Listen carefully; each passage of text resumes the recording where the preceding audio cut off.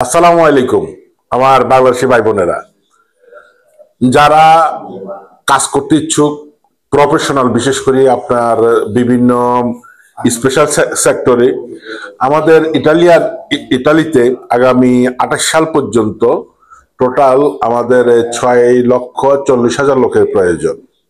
সেটা agriculture sector, industrial এবং পেস্কাতরে, মোরাতরে, এসব সেক্টরে প্রয়োজন। এই নিয়ে আমাদের আলাপ আলোচনা চলতেছে। আসলে আমাদের লোকের প্রয়োজন, তো এই জন্য আমি আপনাদেরকে বলবো, আমি বিশেষ করে যেহেতু আমি বাংলাদেশি ভাইদেরকে বলবো অন্য চিন্তা না করে প্রফেশনাল ক্ষেত্রে যারা মোটামুটি কাজ জানে, কারণ এখানে বলা হয়েছে আপনার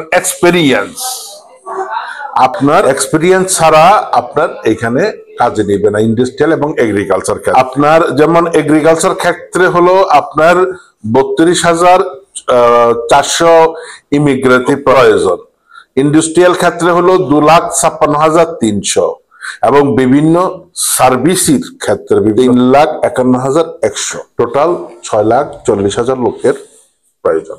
যেহেতু একটা অপরচুনিটি আসতেছে, সবচেয়ে বড় দুঃখের বিষয় হলো যে আমাদের বাংলাদেশি ভাই বোনেরা দেখুন 23 এবং 24 অনেক বিষয় বন্ধ করে রাখছে, এখন কন্ট্রোল করতেছে, রিকন্ট্রোল করতেছে।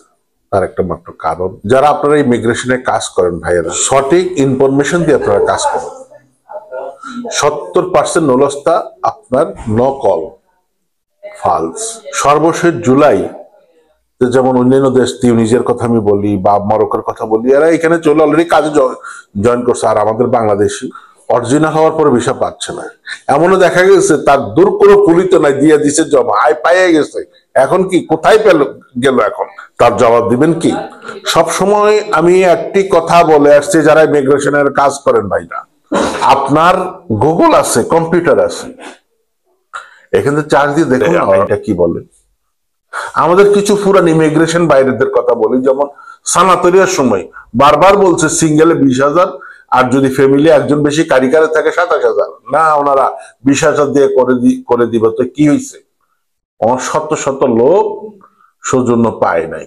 পরবর্তীতে ইটালিয়ান গভর্নমেন্ট, প্রাক্তন প্রধানমন্ত্রী আমাদের প্রফেসর সাহেবের একটা সার্কুলার মাধ্যমে কাজী স্পেশালে দিয়ে সে সৌজন্যগুলা লিগেল করা হয়েছে।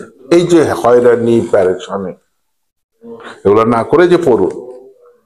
আমি আপনাদেরকে বলি, ইস্তেনারি নিতে আলিয়াত আপনাকে আপডেট আইন জানতে পারবেন। 6,40,000 টোটাল 24 থেকে 28 সাল পর্যন্ত, এগুলো সবই ইমিগ্রেটি প্রয়োজন।